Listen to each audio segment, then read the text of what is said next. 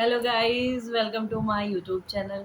आशा करती हूँ कि आप सब बहुत अच्छे होंगे और मैं भी भगवान की दया से बहुत अच्छी हूँ। आपने मेरे 2 व्लॉग्स देखे होंगे, नहीं देखे हैं तो प्लीज़ देख लीजिए। सो हमने आपको बताया था कि मैं आपको अपने दादाजी से मिलवाऊँगी, मैंने आपको मिलवाया भी।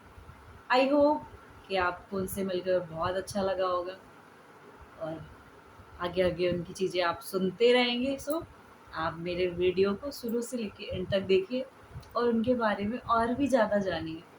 सो अब आपको मैं दादा के पास लेकर जाऊँगी और वो खुद ही अपने मुँह से अपनी बचपन से लेकर बुढ़ापे तक की जो भी कहानियाँ हैं, वो धीरे-धीरे से आपको सुनाते जाएँगे। मिलिए मेरे दादाजी से।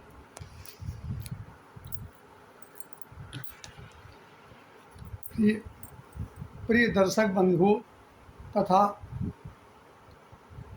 वीडियो को सुनने वाले साथियों,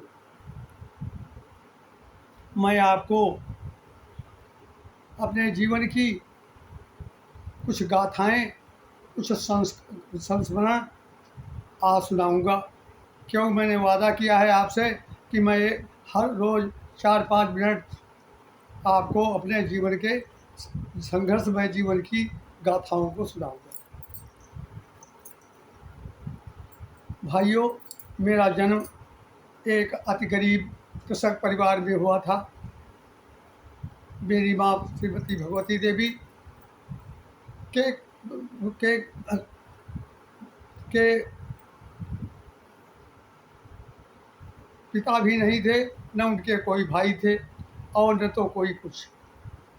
इसी प्रकार हमारे पिताजी के भी कोई कुछ नहीं थे, केवल अकेले वो भी थे। उस नगर के मोहल्ला आज़ाद नगर में ही दोनों रहते थे। उनकी शादी कर दी। इनकी शादी होने के बाद में फिर हमारा यहाँ नाना का भी घर है। उस नाना के घर में हम इस समय रह रहे हैं। नाना के घर में ही हमारा पालन पोषण हुआ है और वहीं हम रहते हैं। त्यागी जीवन की कहानी आगे चल कर के ही आपको मिलेगी, क्यों बचपन की कुछ कहानियाँ आपके सामने हम प्रस्तुत कर रहे हैं, कैसा जीवन हमारा व्यतीत हुआ। हमारे पिता इतने गरीब थे कि उनके पास एक कच्ची कोठरी थी। हमारे यहाँ कच्ची कच्ची कोठरी मतलब बहुत गरीबी लोगों के पास होती थी। तब युग था 1945 का, जब देश आज़ाद नहीं हुआ था। हम गुलामी में ही पैदा हुए और गुलामी के कारण हमारी शिक्षा दीक्षा सुचारू रूप से हमारे पिताजी नहीं कर पाए। वो इतने गरीब थे कि जब जाड़ा होता था तो एक बड़ी रजाई वो बनवा दी थी उन्होंने। उसमें हम चारों बहन भाई लेटते थे। गोमती देवी, त्रिवेणी देवी बहनें और हृदयानंद भाई और हम और हमारे पिताजी और हमारी माँ, 6 लोग थे। और 1 बीघा करीब ज़मीन होगी, वो भी ऊबड़-खाबड़, अच्छी ज़मीन नहीं थी। तो उसी का वो उसी में वो अन्न पैदा करते थे। गरीबी की वजह से अच्छे बैल नहीं ला पाते थे, अच्छे उपकरण नहीं वो ला पाते थे। हम लोगों के पास एक्सरे कपड़े होते थे, अधिकतर अंडरवियर और आधी बाँह की कमीज होती थी। तो इस गरीबी में पल कर के हम बड़े हुए। जब 3 वर्ष की करीब हमारी उम्र होगी तो यहाँ पर प्लेग आया। तो लोगों ने गांव छोड़ दिया और जाकर के बाहर बागों में जाकर के डेरा डाल लिया। हमारे पिताजी ने भी वहाँ पर मड़ैया डाली। एक मड़ैया में हम, हमारी माताजी, और एक मड़ैया में हमारे पिताजी। कुछ जानवर भैंस बैल रखते हुए रह रहे थे। स्थिति ये हुई कि एक दिन रात को जाने का वक्त था और एकदम क्या हुआ कि वहाँ पर और मैं जो है एक एक कोट पहने था बहुत लंबा लंबा। और हमारे पिताजी तो वहाँ लेटे थे। अम्मा से हमने कहा कि अम्मा हमको पिताजी के पास जाएंगे, तो उन्होंने कहा जाओ। वो वहाँ लेटे थे। उस समय भेड़िया बहुत लगते थे।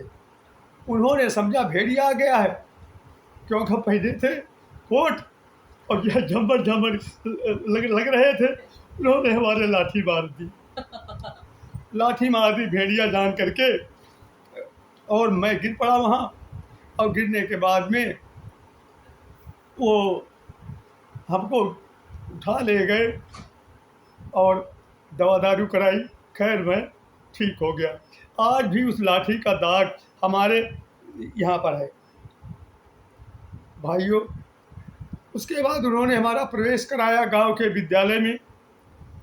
तब स्कूल जो थे वो 12-12, 14-14 किलोमीटर की दूरी पर थे। गांव में कोई अच्छा विद्यालय नहीं था।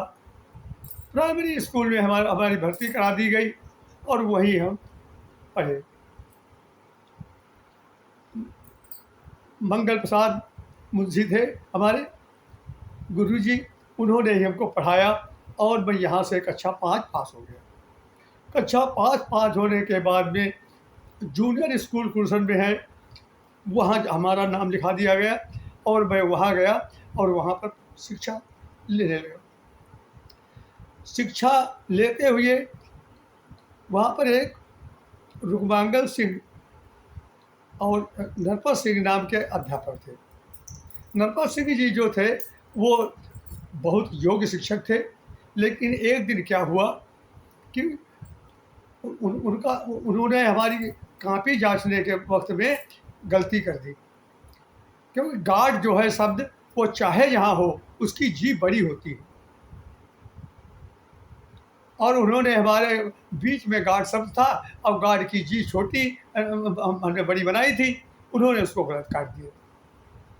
बस हम मास्टर साहब के पास पहुँचे। हमने कहा आपने ये जी कैसे गलत काट दी।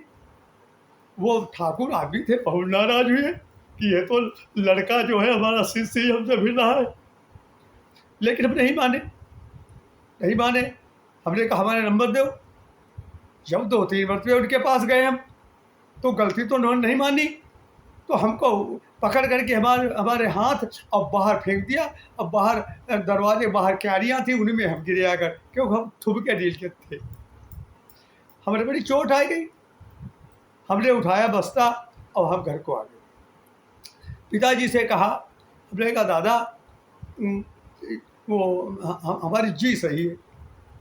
कहा यार क्या बोल रहा है। दादा के कहने का मतलब ये है कि गॉड शब्द जो है उसकी जो स्पेलिंग होती है उसका जी जो है वो कैपिटल में लिखा जाता है और दादा ने जी जो है वो स्मॉल लेटर में लिखा। इस वजह से दादाजी के जो गुरु जी थे उन्होंने इनको बाहर फेंक दिया। ना, गलत कह रही हो। हम्म, जी हमारी बड़ी थी। अच्छा। जी बड़ी थी और गार्ड की जी हर जगह पर बड़ी ही लिखी जाती, हाँ, कैपिटल जी लिखी जाती। ये नियम उसका है। तो क्या हुआ, पिताजी ने हमने कहा दादा हमारी जी, उन्होंने गलत काट दी, हमारे नंबर तो दो गलत हो गए। और कल क्या है तू बक रहा। कल जी जी हम का जाने जी का हो। बोले देहाती भाषा। उसके बाद में उन्होंने जो टोला के लोग थे, बड़े बड़े मोहल्ले के लोग जो पढ़े लिखे थे, उनके पास ले गए हमको। तो बोले हाँ दादा ये जी जो है इस लड़के की सही है। कल अच्छा, कल चलो फिर चल रहे हैं। दादा हमारे बहुत बेढब आदमी थे, लाठी लिए हुए स्कूल को पहुंच गए। वहाँ एक हृदय नारायण पंडित जो है उस समय यहाँ के अध्यापक थे, वो बड़े तेज तर्रार अध्यापक थे। वो उन्हीं के पास गए और कहने लगे देखो ये लड़का क्या कही हो पंडित जी। तो कहा जी सही हमारी, और तो नंबर काट दिए। तो जी नंबर काहे काट दिए, तो गलत काहे काटो। सब भाई कहने लगे सब ठीक हो जी, और हृदय नारायण पंडित उनके दिन पहुँचिए। पहुँच गए, कहने लगे बोल ये जो है जी तुमने गर्दन कैसे काट दी? अरे कहने लगे ये शिष्य था हमारा और हम शिष्य के सामने कमज़ोर दिखाई पड़ते, तो इसीलिए हमने इसको बार-बार रोका और रोकने के बाद में ही ये हम नहीं माना। गाइज़ अगर आपको मेरी ये वीडियो अच्छी लगी हो तो प्लीज़ इसे लाइक करना, सब्सक्राइब करना और शेयर करना। बस इतना आगे हम आपको कल मिलेंगे, अपना वीडियो हम यहीं ख़त्म करते हैं। Thank you. बहुत